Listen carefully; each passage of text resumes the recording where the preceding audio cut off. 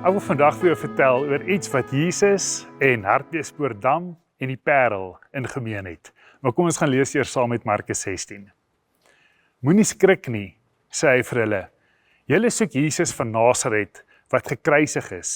Hy is uit die dood opgewek. Hy is nie hier nie. Kyk, daar is die plek waar hulle hom neergelê het.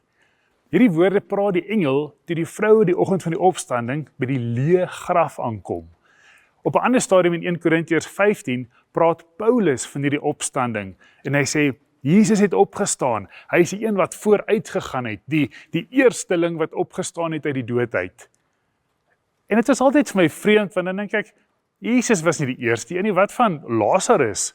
Lazarus was ook in 'n graf, die graf het oopgegaan, hy het opgestaan, daar was 'n Maria gewees. Wat maak Jesus so spesiaal? Dis nie dat dit algemeen was dat mense so opstaan uit die dood uit nie, maar hoekom praat ons nie so van Lazarus nie? Nou om hierdie te kan verstaan, is daar 'n beeld wat vir my altyd help. As jy Hartbeespoort-Dam toe ry, en jy wil oor die dam se wal ry, dan moet jy deur 'n tonnel ry, en dan kom jy aan die ander kant uit en dan is dit lig. Of as jy van die Parel af wil ry Woester toe, en jy ry deur die Huguenote tonnel, dan gaan jy in die donkerte, in die stilte, en uiteindelik as jy aan die ander kant kom, dan gaan jy uit.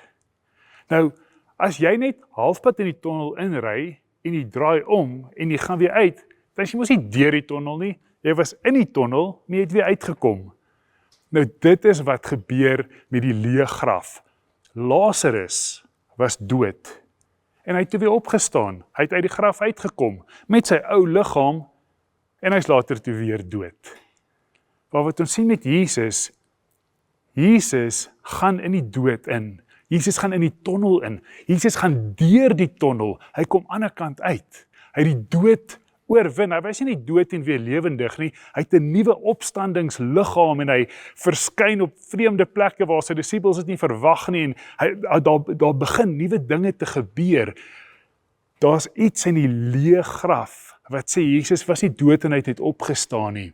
Jesus het die dood oorwin. Die wêreld het verander. Die grootste gebeurtenis in die geskiedenis, die dood, die grootste struikelblok wat voor ons staan, is oorwin. Hoe magtig is dit nie? En daarmee saam, is ook hierdie boodskap wat die Bybel vir ons gee, dat wanneer ons aan Jesus vashou, dan gaan ons saam met hom deur hierdie tonnel kan gaan, en aan die ander kant kan uitkom. Want op opstandingsoggend was die graf leeg toe die vroue daar opgedaag het.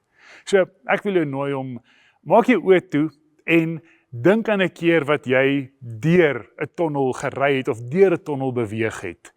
Want ek wil ook jy moet, wanneer jy oë toe maak, ook verbeel oor hoe jy vashou aan Christus en saam deur hierdie tonnel gaan en aan die ander kant gaan uitkom. Kom ons sluit die oor en bid ons saam.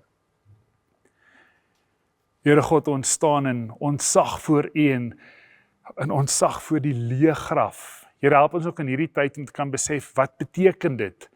Dat Christus opgestaan het, die dood oorwin het, en soos Paulus sê, die eerste een is, die eersteling is, wat ons vooruit gegaan het, sodat ons kan volg, en dat ons ook daaraan kan vashou, en 'n hoop daarin kan vind. Ons bid dit in Jesus se naam. Amen.